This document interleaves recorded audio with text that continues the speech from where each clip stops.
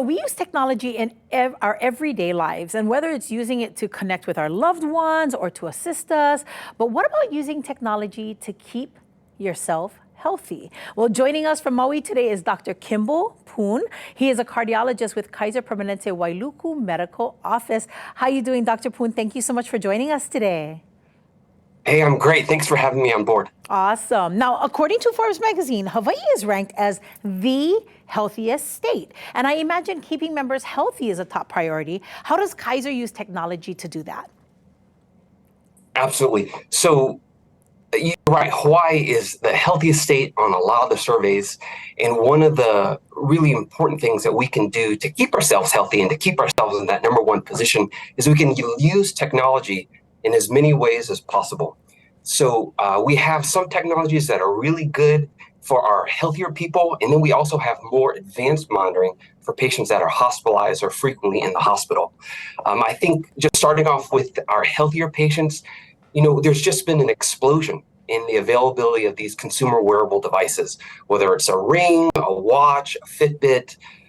They can really educate and empower patients to understand their bodies and to understand their health metrics. And they're affordable. They were first invented back in the 70s and the 80s, and they were really only available for elite athletes. But now they're available for $100 to $200 to everybody. Absolutely. Now, February is American Heart Month, and I understand, while the month is coming to a close, I think it's still important to take care of your heart every day of the year, right? And part of that is monitoring it. Isn't it so much easier to do nowadays? You mentioned the Fitbit, there's the iWatch, and some of these devices are very affordable too, right? Exactly. So let me just paint a couple scenarios that would be useful, where these devices are helpful. Let's just say you're, mid-30s, 40s, you're already pretty healthy.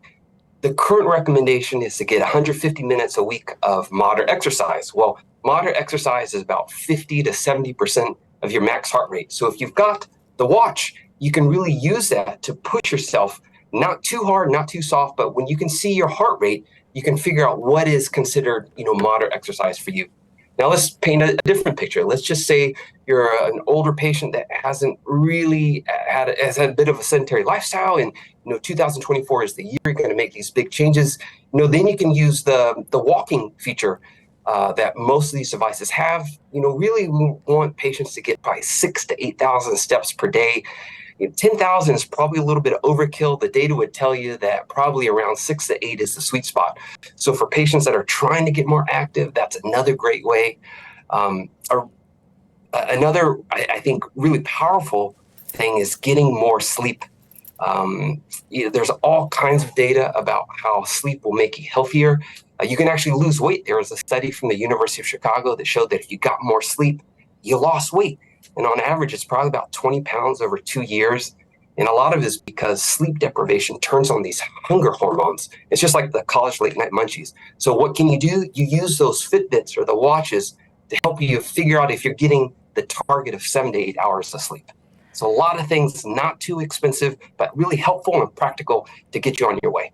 Yes, you're absolutely right. There's not just sleep, there's also meditation, ways that you can keep yourself calm, de-stress, Exactly. keep your anxiety levels down. And of course, all of these things are so good for the heart. So we appreciate you, Dr. Poon, for being with us. Now, again, these tech devices are really, really meant to take good care of us. And I love that you've come to share as a cardiologist, letting us know that we're on the right path when it comes to using these particular tech devices for these things. Exactly. And you can always go to kitv.com/links for more great tips. I believe that kp.org has classes, tools, ways to manage your health, and that's all through Kaiser, right?